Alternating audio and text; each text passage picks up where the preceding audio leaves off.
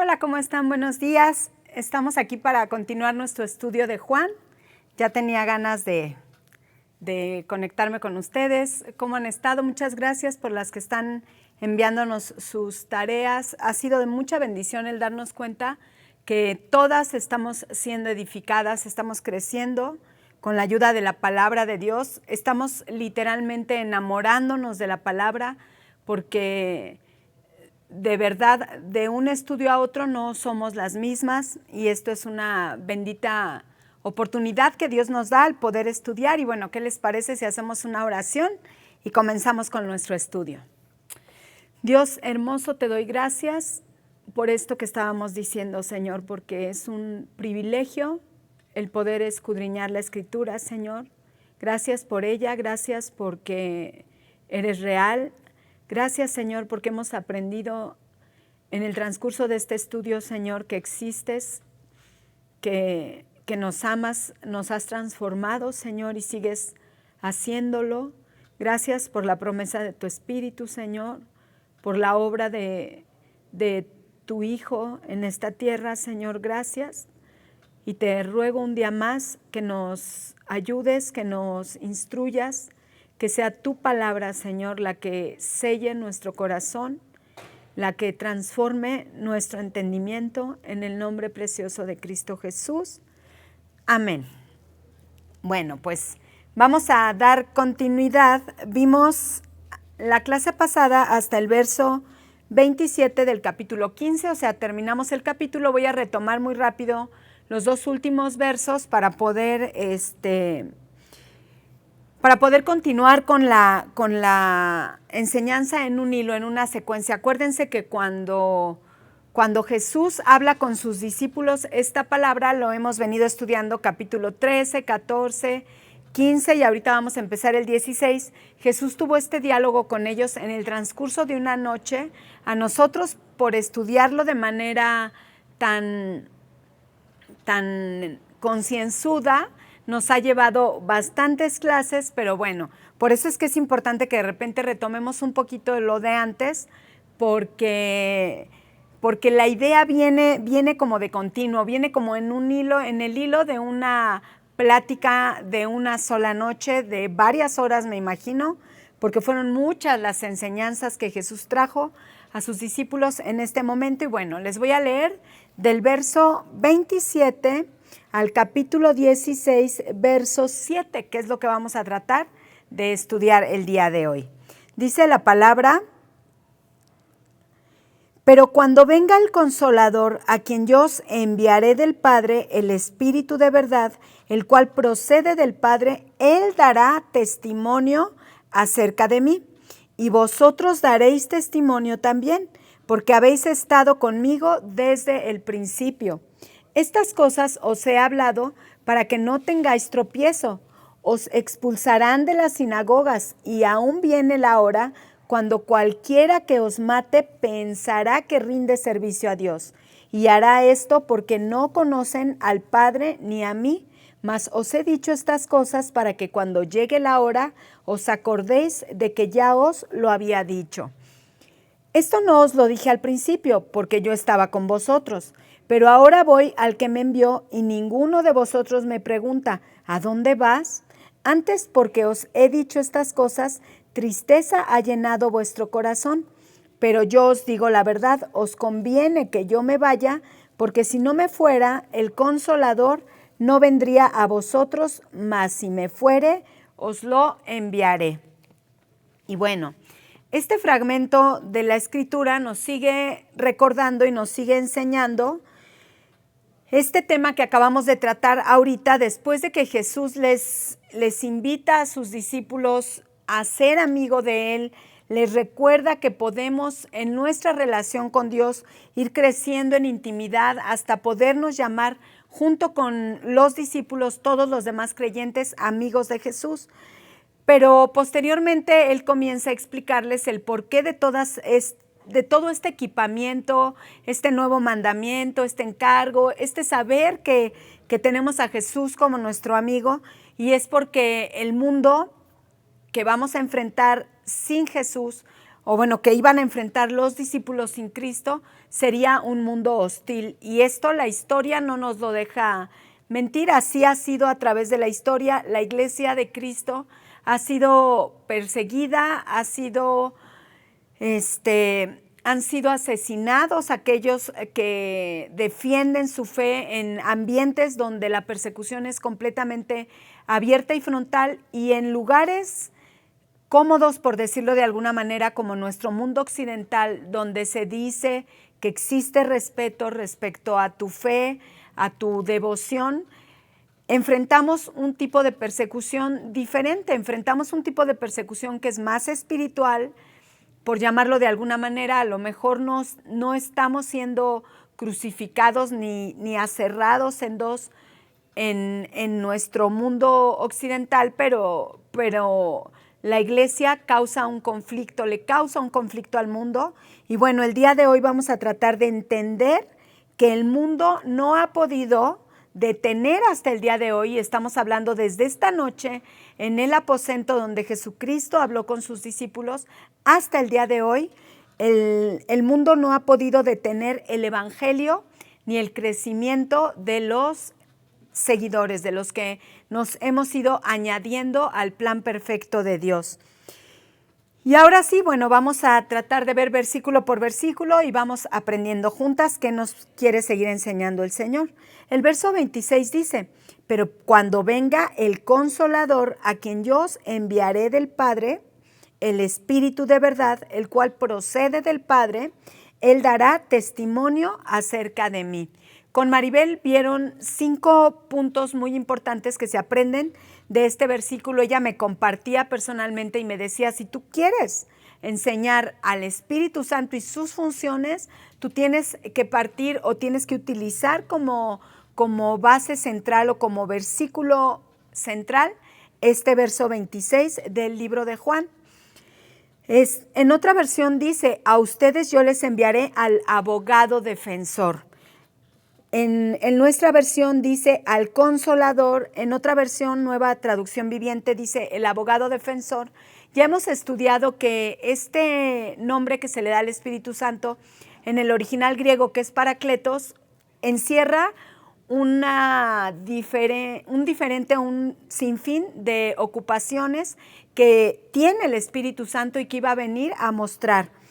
A pesar del rechazo que el mundo iba a enfrentar, hoy voy a hablarles un poquito, o al rato voy a hablar un poquito de lo que se ha enfrentado en la realidad, porque ahorita, estamos estudiando lo que pasó en el aposento, pero ahorita nosotros ya tenemos la historia que nos platica que toda esta palabra y toda esta enseñanza se ha cumplido al pie de la letra, se ha cumplido de una manera completamente real, tanto que cada uno de los hijos de Dios hemos experimentado directamente y de forma personal la ayuda, la intervención del Espíritu Santo para poder nosotros testificar a Cristo. De otra manera no lo hubiéramos hecho. La presión del mundo ha sido tal y la presión del mundo se ejerce hacia nuestra vida de tal manera que un ser humano en sus propias fuerzas normalmente habríamos claudicado. A pesar del rechazo del mundo, habría testimonio de Cristo. Jesús aquí lo estaba diciendo, el mundo se aborrecerá, pero de todas maneras se va a testificar mi nombre. Y aquí nosotros podemos ver que Dios se muestra en cualquier circunstancia fiel y cumplidor de lo que Él ha prometido, porque es una realidad. Leímos que el Espíritu Santo es otorgado o es dado a través o por medio del Padre, procede del Padre y nos es otorgado como consolador, como ayudador, como intercesor. Esto es como un sacerdote que va y habla con el Padre de parte de nosotros.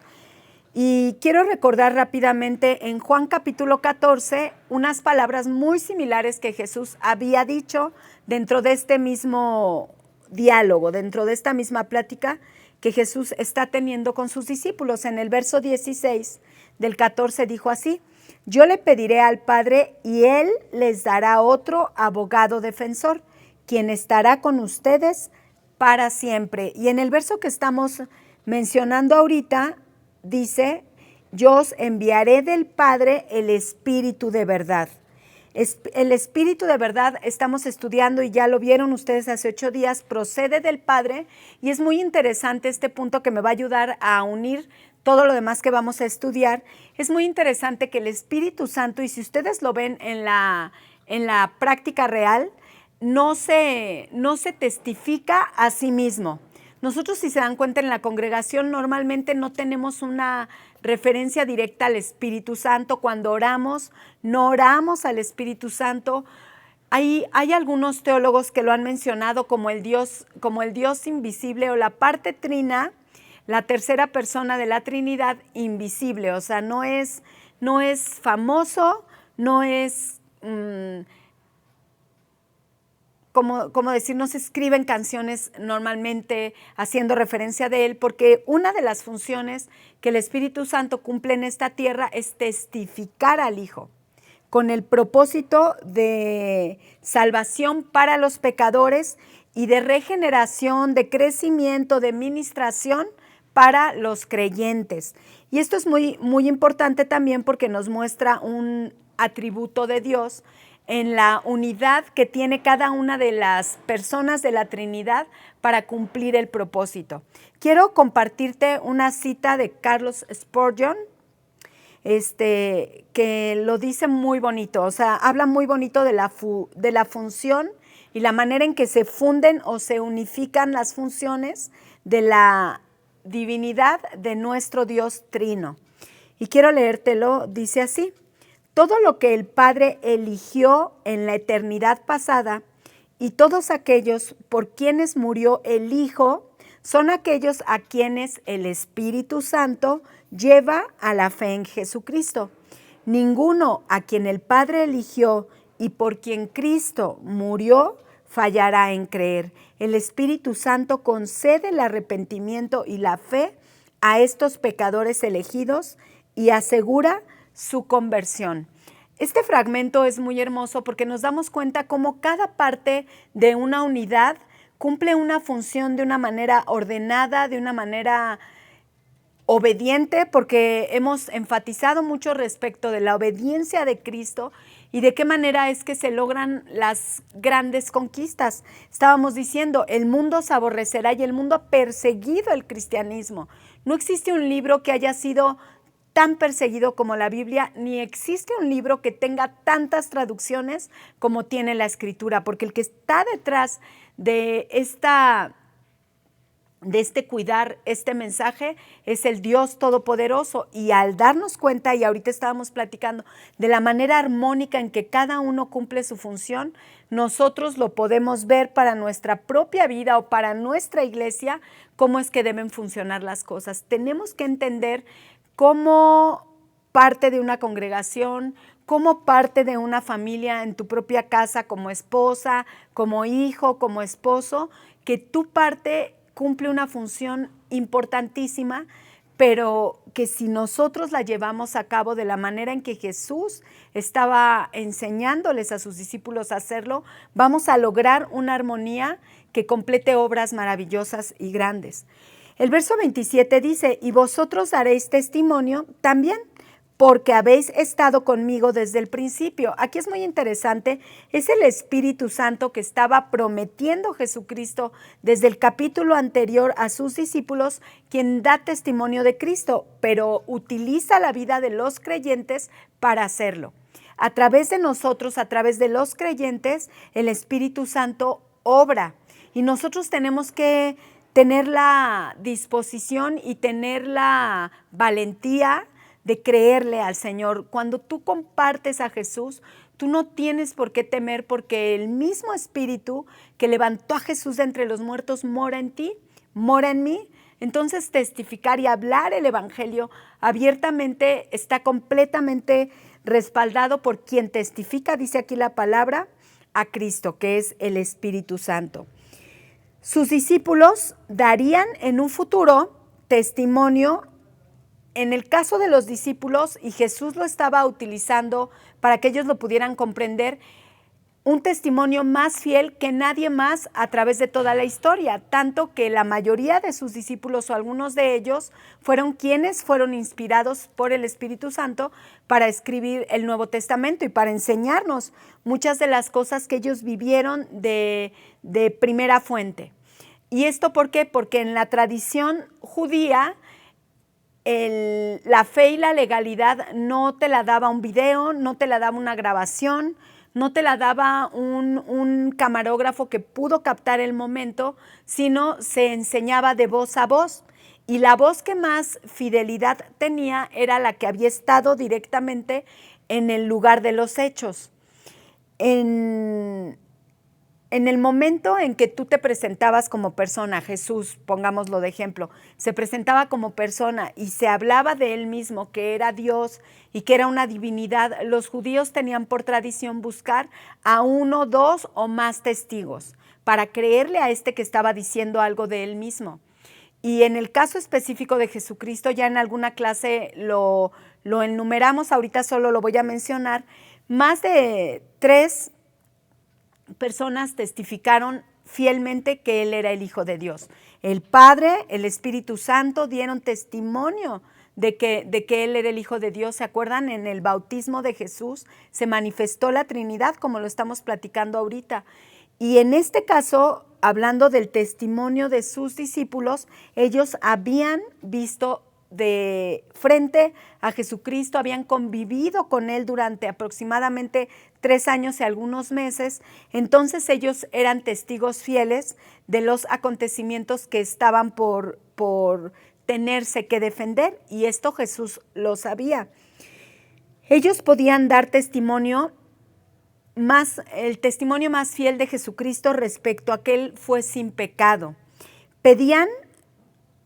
Podían ellos testificar del hecho de que era impecable su conducta, que era el Hijo de Dios, que era el Salvador del mundo por las diferentes eventualidades, por los diferentes milagros que presenciaron, por los momentos en los que ellos estuvieron cuando calmó la tormenta, cuando transformó el agua en vino, cuando multiplicó los alimentos y muchas más cosas que ellos pudieron vivir. Entonces ellos históricamente se presentaban como testigos de mucha fidelidad.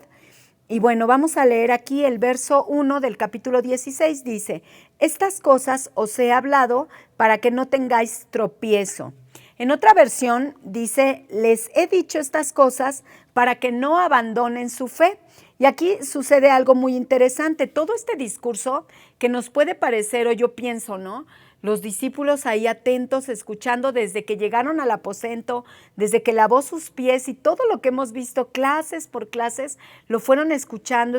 Yo creo que asimilaban pues un poco menos de lo que hubiera sido conveniente, pero todo este discurso tenían propósitos muy específicos. Jesús sabía perfectamente, porque Él era Dios, todo lo que vendría, y lo que vendría era real.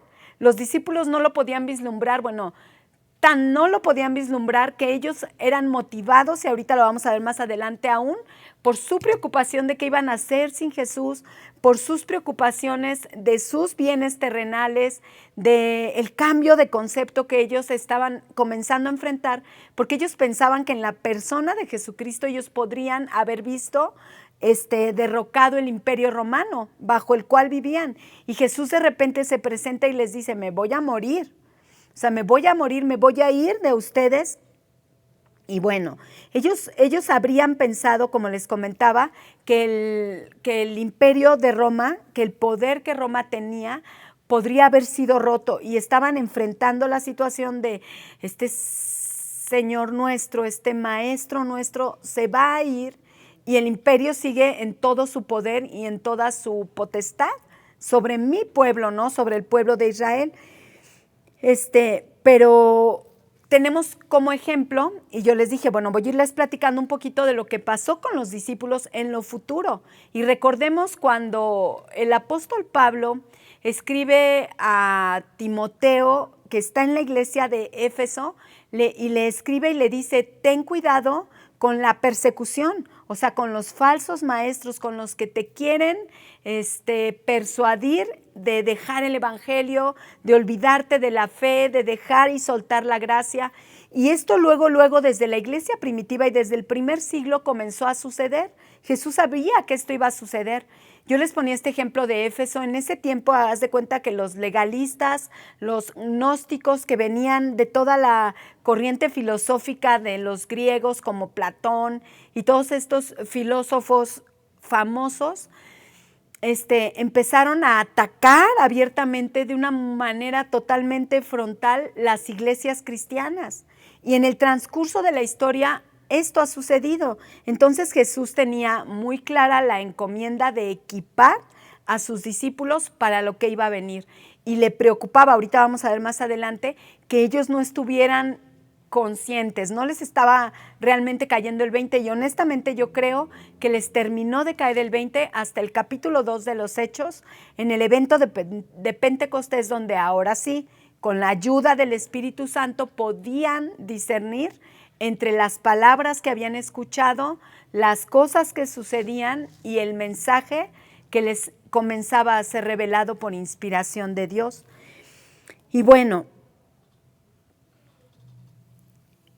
en lugar de que ellos pudieran ver libre a su nación de los romanos, Jesús iba a morir, resucitaría, ascendería al tercer día y ellos, aún sin saberlo, necesitarían acompañamiento para lo que venía más adelante. Y esto Jesús es lo que estaba intentando desde después de lavarles los pies, hacérselos saber. Él comenzó hablando de la promesa del Espíritu Santo y ya estamos en el capítulo 16 y él sigue hablando respecto de esto. Y vamos a ver más adelante cómo ellos, cuando escribían posteriormente sus cartas, como primera, segunda de Pedro, cuando escribió Santiago, el hermano de Jesús, su epístola, cuando Pablo, que fue otro de los discípulos de Jesús, escribió las 13 cartas que escribió, nos vamos a dar cuenta cómo de verdad, como Jesús aquí les dijo, hacían memoria de lo que les había dicho antes de que sucediera. Ellos serían aborrecidos y perseguidos, y para hablar de Dios, ellos necesitarían necesariamente al Consolador, al Paracletos, al Espíritu Santo. Jesús estaba por otorgarnos como una herencia la Gran Comisión. Y quiero decirte algo, mira, se han escrito libros de la Gran Comisión. Nosotros podemos estudiar profundamente lo que Jesús quiso decir en estos versos 18 al 20 del capítulo 28 de Mateo, que ahorita lo vamos a leer, pero sin la ayuda y sin la intervención del Espíritu Santo, no podríamos nosotros al día de hoy ver viva la Iglesia de Cristo, por la cantidad de persecuciones que ha tenido que enfrentar. Déjame leerte Mateo 28, del 18 al 20, dice: Jesús se acercó, te voy a leer la Nueva Traducción Viviente, dice así: Jesús se acercó y dijo a sus discípulos: se me ha dado toda autoridad en el cielo y en la tierra, por lo tanto vayan y hagan discípulos de todas las naciones, bautizándolos en el nombre del Padre, del Hijo y del Espíritu Santo. Enseñen a los nuevos discípulos a obedecer todos los mandatos que les he dado y tengan por seguro esto, que estoy con ustedes siempre hasta el fin de los tiempos. Y esto último que acabo de leer, y tengan por seguro esto, que estoy con ustedes siempre hasta el fin de los tiempos, no se podría cumplir sin la presencia del Espíritu Santo. O sea, era necesario, y Jesús lo dice más adelante, era necesario que Él ascendiera, que Él partiera de esta tierra para que la tercera persona de la Trinidad viniera a nuestra vida a cumplir armónicamente la función que le correspondía. Y bueno, aquí en el verso 2 dice: os expulsarán de las sinagogas y aún viene la hora cuando cualquiera que os mate pensará que rinde servicio a Dios. La expulsión o la excomunión de una sinagoga era una afrenta en los tiempos de los judíos, no era algo que No era algo que se resolviera solamente con ir a platicar con el líder de la sinagoga, sino que tenía que pasar por un proceso donde se le pudiera otorgar el perdón a la persona o se pudiera testificar que la persona estaba sana, por ejemplo, en el caso de un leproso, o que la persona se había reconciliado con su fe, con la fe judía, para que volviera a ser recibido dentro de la sinagoga. Entonces, imagínate, en la mente de los judíos era casi como decirle, te van a sacar de tu país y no vas a poder ingresar a tu país hasta que no resuelvas legalmente tu problema. Entonces ellos estaban siendo como confrontados, y yo creo, por lo que Jesús les dice más adelante, que se comenzaron a abrumar, se comenzaron a preocupar literalmente en el ámbito terrenal. Aquí Jesús les estaba hablando no solamente de ser expatriados o excomulgados de las sinagogas, sino les habla literalmente del martirio que iban a enfrentar los discípulos en el comienzo de la persecución de la iglesia cristiana. Recordemos a Saulo. Yo quise hacer mención de él, quien posteriormente fue el apóstol Pablo. Recordemos a Saulo, él era un celoso y un creyente de sus convicciones, y él, como ciudadano romano, muchas veces firmó papeles para la persecución sobre la vida de muchos cristianos. Y esto era lo que iba a acontecer, o sea, estas eran las cosas que Jesucristo sabía que vendrían y que tendrían que enfrentar los discípulos. La fe cristiana sería tan odiada que los que intentasen aplastarla pensarían que estaban haciendo lo correcto. O sea, Saulo literalmente, y él lo dice en algunas de sus cartas en el libro de los Hechos, cuando cuenta su testimonio, vuelve a hacer mención de esto en Primera de Timoteo, cuando a Timoteo le cuenta de dónde el Señor lo rescató, y él hace este tipo de menciones diciendo, yo perseguí a los cristianos, yo hice esto, yo los maté. Hay un versículo donde dice, yo firmé las actas.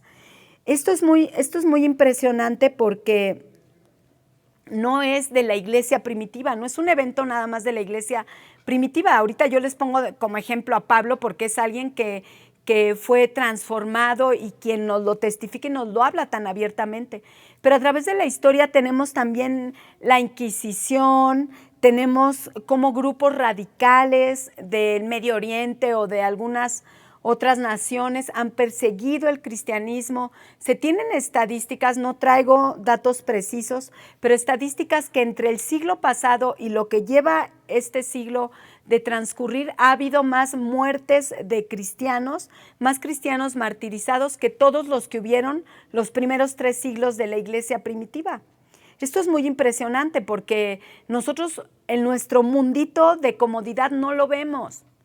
No nos damos cuenta hasta que no vamos a un libro que nos deje verlo y deje saberlo, hasta que no profundizamos en ciertas estadísticas. Hay un libro muy bueno, te lo voy a recomendar, se llama Locos por Jesús.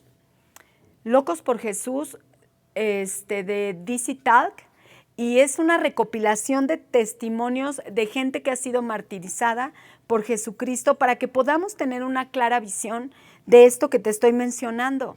Antes, en estos primeros 3 siglos que te platico, hace cuenta que mataban a la cabeza de ciertos grupos cristianos e iban en contra de los líderes. Pero ahora actualmente existen comunidades y existen lugares donde a diestra y a siniestra, y no importa si eres niño, niña, si eres jovencita, si estás escolarizada, si formas parte de una comunidad y eres cristiano y no niegas tu fe en Cristo, mucha gente ha experimentado esto que Jesús estaba hablándoles a sus discípulos en este momento.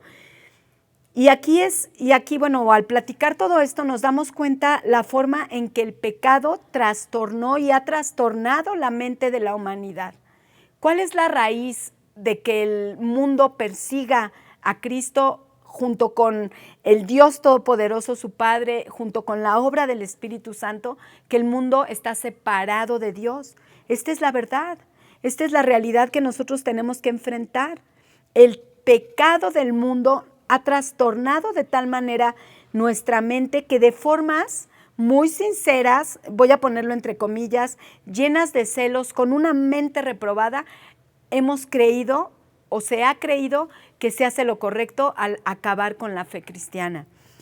Dice el verso 3, y harán esto porque no conocen al Padre ni a mí.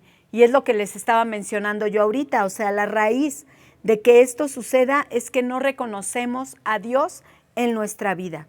Es muy lamentable, pero esta es la condición del ser humano. Nos comimos en ese árbol y en esa decisión o en esa búsqueda de autonomía, nos comimos la mentira de creer que podíamos sobrevivir y subsistir sin Dios, que podíamos formar naciones, que podíamos tener civilizaciones, que podíamos escribir libros de filosofía, que podíamos tener un criterio estable y correcto sin la ayuda de Dios, del Dios Todopoderoso. Al no recibir a Dios, literalmente rehusamos al Hijo y rehusamos al Espíritu Santo. O sea, al no reconocer la existencia de Dios, rehusamos al Hijo y al Espíritu Santo. Y Jesús lo dice aquí en su Evangelio. Aquí yo les estaba leyendo ahorita, dice, os expulsarán de las sinagogas y aún viene la hora cuando cualquiera que os mate pensará que rinde servicio a Dios. Y harán esto porque no conocen al Padre ni a mí. Y aquí encontramos una nueva enseñanza que ya Jesús había, de la cual Jesús ya había hecho mención anteriormente aquí en el libro de Juan, pero también se menciona en el Evangelio de Mateo. Permítanme leerles, y es esta comunión que tiene el conocimiento del Hijo, te lleva al conocimiento del Padre. Y si tú reconoces al Padre, automáticamente tú tendrías que creer en el Hijo, porque la unidad de Dios es completamente auténtica y real. Él es uno. Dice Mateo 10:40. Mateo 10:40 dice, el que a vosotros recibe, a mí me recibe, y el que me recibe a mí, recibe al que me envió. En Juan capítulo 13, que ya lo estudiamos hace algunas clases, dijo Jesús, de cierto os digo, el que recibe al que yo enviaré, me recibe a mí, y el que me recibe a mí, recibe al que me envió, hablando nuevamente del Padre. Y en el capítulo 12, antes del capítulo 13, en el verso 44, 45 y 49, Jesús vuelve a decir estas palabras. Dice así, Jesús clamó y dijo, el que cree en mí, no cree en mí, sino en el que me envió. El que me ve, ve al que me envió, porque yo no le he hablado por mi propia cuenta. El Padre que me envió, Él me dio mandamiento de lo que he de decir y de lo que he de hablar. Entonces estábamos hablando de la tragedia del mundo.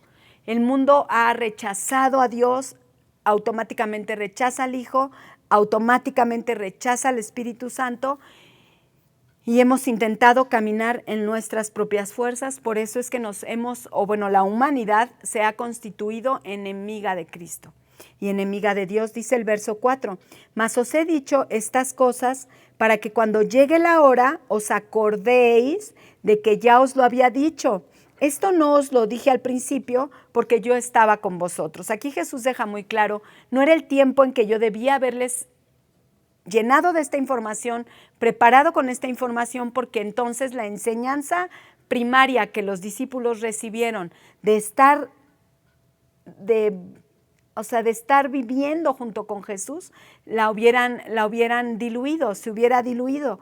Pero este ya era el momento donde estas cosas era necesario que Jesús las dijera y lo vuelve a advertir. Jesús, a mí me encanta porque de verdad que se ha vuelto un poquito, creo que no deja de ser enriquecedor, pero sí de repente ciertos versículos como repetitivos.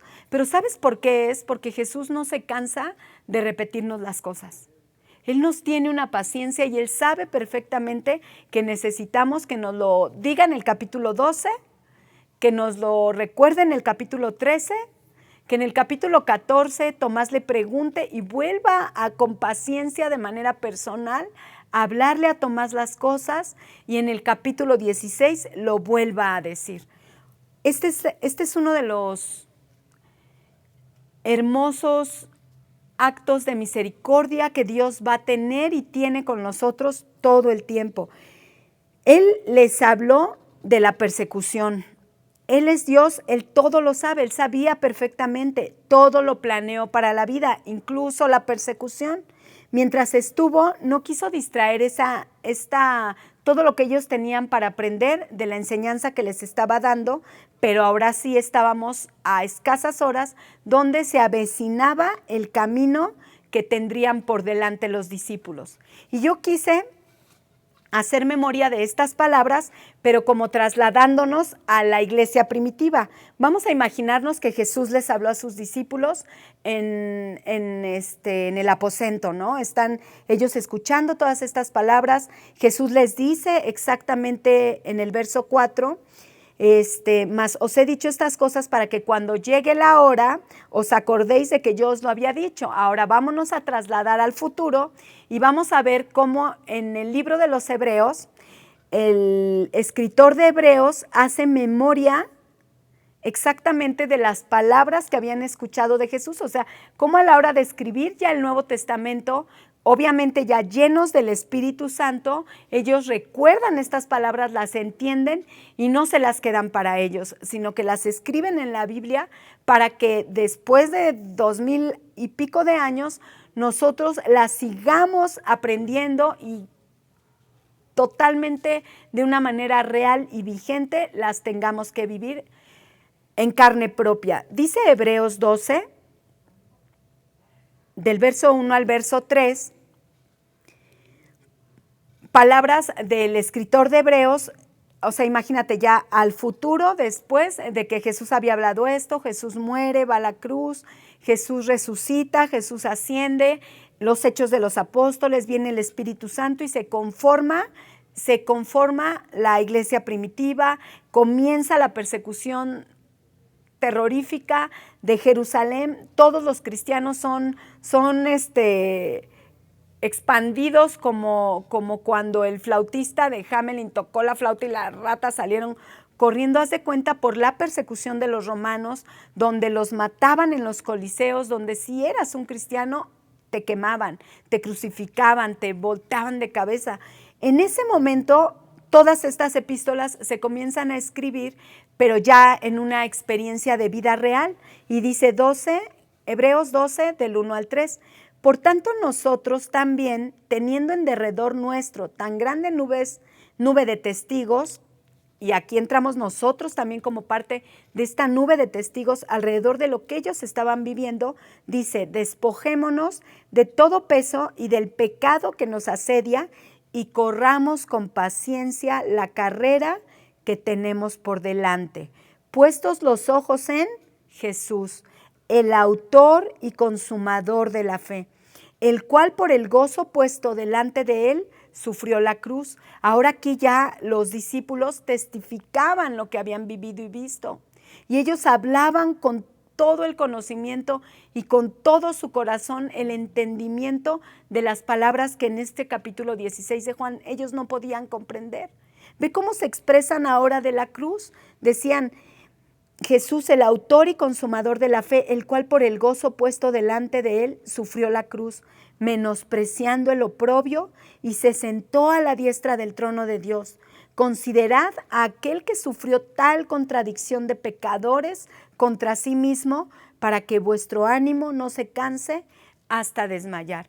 Y yo quiero hacer un énfasis muy significativo en este momento, porque ninguno de sus discípulos, ni tú ni yo, podríamos hablar con devoción estas palabras, podríamos hablar entendiendo y comprendiendo el sufrimiento de Jesucristo en la cruz del Calvario si el Espíritu Santo no estuviera ministrando nuestra vida. Por eso es que el mundo te aborrece, porque no tiene al Espíritu y no comprende lo que tú comprendes como hijo de Dios. Y si tú no conoces al Señor, ya hablamos cuál es la raíz que nos mantiene apartados. Amamos demasiado nuestro pecado, amamos demasiado nuestro convenio con el enemigo para creernos autosuficientes, autónomos, capaces de escribir libros, capaces de desarrollar doctrinas. humanas y teorías humanas. Tenemos que tener muy presente la obra del Espíritu Santo en nuestra vida. Platicábamos Maribel y yo del estudio y decíamos, ¿cómo a veces se nos pasa, ¿no?, por alto y de repente sí nos sentimos como atemorizados, de repente vemos las cosas que Dios nos encarga, cualquier cosa, ¿no? Hasta como dar un estudio aquí en la tele, ¿no? O sea, frente a una cámara de video y se va a transmitir. Y de repente sientes un miedo y un temor, o predicar el evangelio. ¿Cuánta gente dice, no, es que hermana, háblale tú porque yo no sé decir lo bonito? Te digo algo, es porque nosotros de repente nos olvidamos, como los discípulos, de lo que Cristo prometió y ofreció. Él dijo que vendría el Espíritu Santo y el día de tu nacimiento, el día de la regeneración, tú fuiste sellado por el Espíritu Santo. El Espíritu Santo está contigo para siempre, como leíamos ahorita en la Gran Comisión. Él está morando en nosotros y es la persona de Cristo Jesús, es el Padre, es el Espíritu Santo, o sea, es Dios mismo morando en nosotros. Y aquí en el verso 5, Jesús hace una confrontación con sus discípulos y les dice así, pero ahora voy al que me envió y ninguno de vosotros me pregunta, ¿a dónde vas? Esta pregunta que hace aquí Jesús es una pregunta súper capciosa y paradójica, porque muy chistoso. En el capítulo 13, Pedro le pregunta a Jesús, ¿a dónde vas?, cuando Jesús le dijo que él iba a partir. En el capítulo 14, Tomás le pregunta a Jesús, ¿a dónde vas? Y Jesús aquí en el verso 5 del capítulo 16 dice, y ninguno de vosotros me pregunta, ¿a dónde vas? Pero ¿sabes por qué Jesús estaba haciendo esta pregunta que cualquiera de estos dos que te acabo de mencionar podrían decirle? Oye, yo te acabo de preguntar hace 3 horas, o sea, estamos hablando de una misma noche. Yo te acabo de preguntar a dónde vas y yo te acabo de preguntar a dónde vas. Pero esta confrontación es porque el Padre no ve lo que nosotros vemos. Nosotros con la boca podemos decir una cosa, pero con el corazón nosotros experimentamos cosas completamente diferentes. Y Jesús, como con la samaritana, ¿te acuerdas? Que le empezó a revelar no nada más lo que estaba viviendo ella en lo externo, que ya en sí mismo eso era un milagro. Le empezó a mostrar la necesidad que tenía de un agua diferente. Porque Él ve nuestro corazón y exactamente así pasa aquí con sus discípulos. Jesús sabía que ellos estaban más interesados y atemorizados y la tristeza que embargaba su corazón, de la que hace mención en el verso 6, la tristeza que embargaba su corazón era qué iba a pasar con ellos en este ámbito terrenal, sujetos al tiempo, sujetos al espacio, sujetos a su comodidad en esta tierra. Ellos estaban colapsando porque se iban a quedar solos sin su maestro ante los romanos, ante los perseguidores. Dice el verso 6, antes porque os he dicho estas cosas, tristeza ha llenado vuestro corazón. El interés de los discípulos, podemos pensar, era su futuro. Ellos no estaban enfocados en la cruz ni en el sepulcro, porque si hubiera sido esta la condición, ellos no habrían estado enteros, no habrían estado puestos de pie enteros. Ellos, o sea, si a ti te dicen en 2 horas se muere, no sé, alguien que ha llenado tu vida, ya ha sostenido tu vida y te ha hablado y te ha mostrado, tú estarías, ¿a dónde vas? ¿De qué se trata? Y como con esa entereza que se muestra hasta el Getsemaní, ¿se acuerdan? Jesús aún ahí les dice, o sea, no pudieron orar conmigo ni siquiera 1 hora, porque ellos no estaban poniendo sus ojos donde nosotros tenemos que aprender a poner nuestra mirada. Tenemos de verdad, yo así lo pienso, tenemos puestos unos lentes tan terrenales que queremos humanizar todas las cosas divinas, queremos humanizar todo lo santo.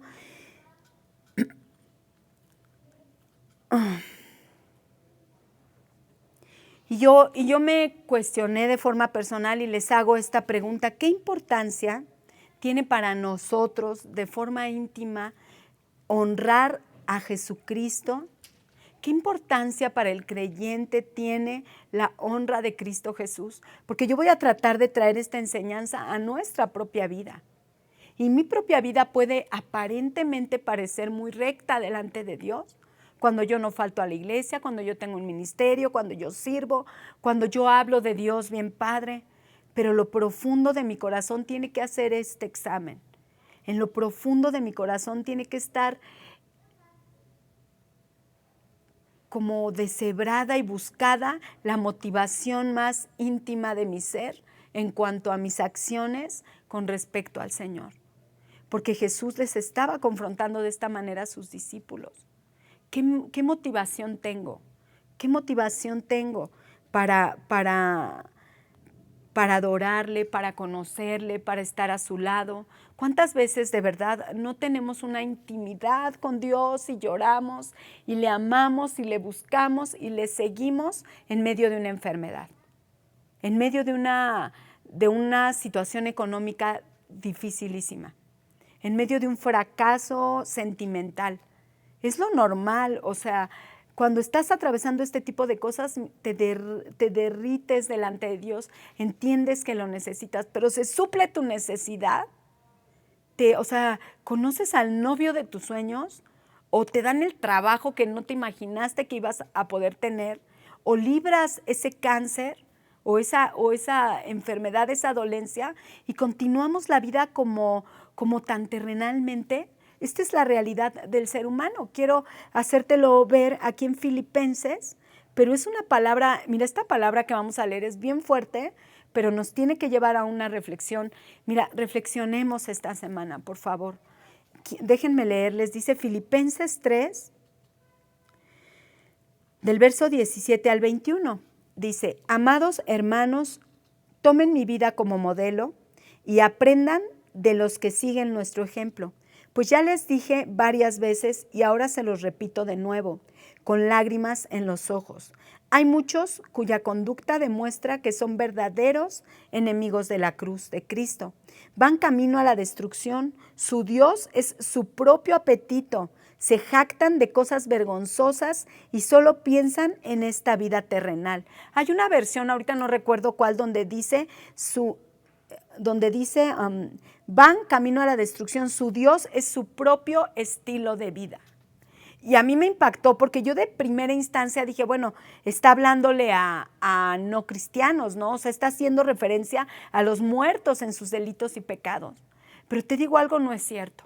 Nosotros podemos encajar perfectamente en esta palabra. Muchas veces nos jactamos de cosas vergonzosas. O sea, vergonzoso no es lo escandaloso, la droga, el sexo, el despilfarre. Vergonzoso a veces es jactarte de un título profesional. Es jactarte de tu elocuencia para hacer muchas cosas, de qué tan buena mamá eres, de qué tan hermosa y perfecta está tu casa y funciona tu casa. De eso te jactas, tenemos problemas. O sea, si en eso tenemos nosotros nuestro valor y nuestra estabilidad de las cosas que hemos conquistado en lo terrenal, es lo que estoy hablando, tenemos los lentes equivocados. Estamos viendo el mundo de una manera lejana a lo que somos en Cristo Jesús. Porque en Cristo Jesús, llenos del Espíritu Santo, nosotros en esta tierra somos peregrinos. Somos peregrinos representantes de Cristo. ¿De qué manera el Espíritu Santo a través de nosotros, como decíamos en un inicio, y por eso quise retomar estos 2 primeros versículos, vamos a testificar a Jesús? ¿De qué manera tenemos que tener una permanencia en Dios? Tenemos que tener una conciencia muy profunda de cuál es nuestra motivación. Y si encontramos que parte de nuestras motivaciones no son las correctas, tenemos que despojarnos, decía la palabra hace rato, de todo peso y de todo pecado que nos asedia, para poder correr la carrera de la manera correcta. Y sigue diciendo aquí la palabra: van camino a la destrucción. Su Dios es su propio apetito, se jactan de cosas vergonzosas y solo piensan en esta vida terrenal. Y aquí empieza a hablar de los discípulos y de la manera en que es ser discípulo. Y dice así la palabra: en cambio nosotros somos ciudadanos del cielo, donde vive el Señor Jesucristo, y esperamos con mucho anhelo que Él regrese como nuestro Salvador. Él tomará nuestro débil cuerpo mortal y lo transformará en un cuerpo glorioso igual al de Él. Lo hará valiéndose del mismo poder con el que pondrá todas las cosas bajo su dominio.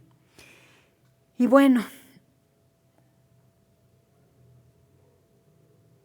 aquí esta palabra, de verdad, no podemos nosotros dejársela solamente al apóstol Pablo, que es quien escribió esta carta a los filipenses.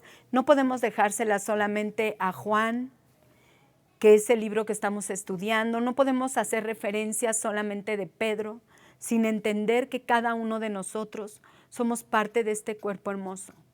Cada uno de nosotros conformamos una partícula pequeñita del cuerpo de Cristo. Y tenemos que tomar la decisión cada día de nuestra vida, porque nuestra carne combate en contra de nuestro espíritu y es una guerra frontal y muy real. Cada día de nuestra vida tenemos que hacer una conciencia muy clara: Señor, este día te quiero servir. Usa el espíritu que está en mí, Señor, para hablar con denuedo tu palabra.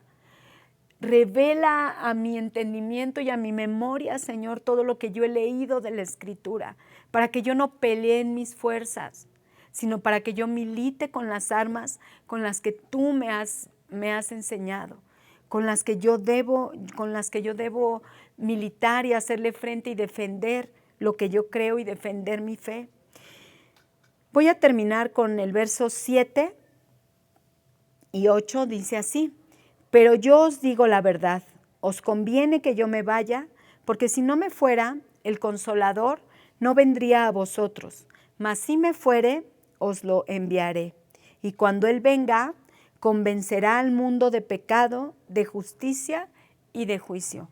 Y este verso 8 termina revelándonos cuál es la función o cuáles son las diferentes funciones del Espíritu Santo en esta tierra. Por consiguiente, tenemos que entender que a través de nosotros el Espíritu Santo va a cumplir este tipo de funciones. Cuando predicamos el Evangelio hay gente que se convence de pecado, pero nosotros tenemos que entender que la obra no es nuestra. Cuando hablamos la palabra de Dios, nosotros hablamos de justicia de Dios, y la justicia de Dios añade y no quita. Todo este tipo de cosas y la partida de Jesús, ahora podemos comprender que era conveniente para la iglesia, era conveniente para que el día de hoy se siguieran añadiendo los que aún han de añadirse. El Espíritu Santo hasta el día de hoy nos ha guiado de la manera en que lo podemos hablar ahorita. Si no hubiera sido así, la iglesia no existiría en este momento. Y hoy estás tú y estoy yo, y estamos viendo cómo el Señor ha roto barreras, ha dispuesto para nosotros medios de comunicación, redes, para poder seguir testificando quién es Cristo Jesús. ¿Quién es Jesucristo? El Espíritu Santo, y hemos venido hablando de Él durante el transcurso de todo este estudio, la tercera persona de la Trinidad vendría en una forma nueva después de que Cristo tuviera que partir, y permanente. Esto es muy importante que lo entendamos. Nosotros no estamos teniendo un constante ir y venir del Espíritu Santo como sucedía en los tiempos del Antiguo Testamento, donde se manifestaba el Shekinah y la presencia de Dios y cosas pasaban. Nosotros tenemos permanentemente al Espíritu morando en nosotros. Entonces, si te equivocas, si te gana tu carne, si pecaste, vuélvete al Señor rápidamente. No dejes para el ratito, no dejes para mañana, no te esperes a un momento de romance donde todos cantamos al unísono y entonces ya lloro y me arrepiento. No, el Espíritu Santo permanentemente mora en ti. Entonces, lo más rápido posible, cuando tú te des cuenta que no estás experimentando con integridad tu corazón respecto a las cosas de Dios, rápido voltea y mira al Señor. Pon tu mira en las cosas de arriba. Quiero leerte solamente para terminar y vamos a orar algo que acabamos de leer en el verso 8 y es: el Espíritu Santo manifiesta toda la obra divina, toda la obra de Dios, toda la obra del Evangelio al mundo condenado. Quiero leerte, no te puedo decir quién escribió esto porque lo copié textual de un comentario.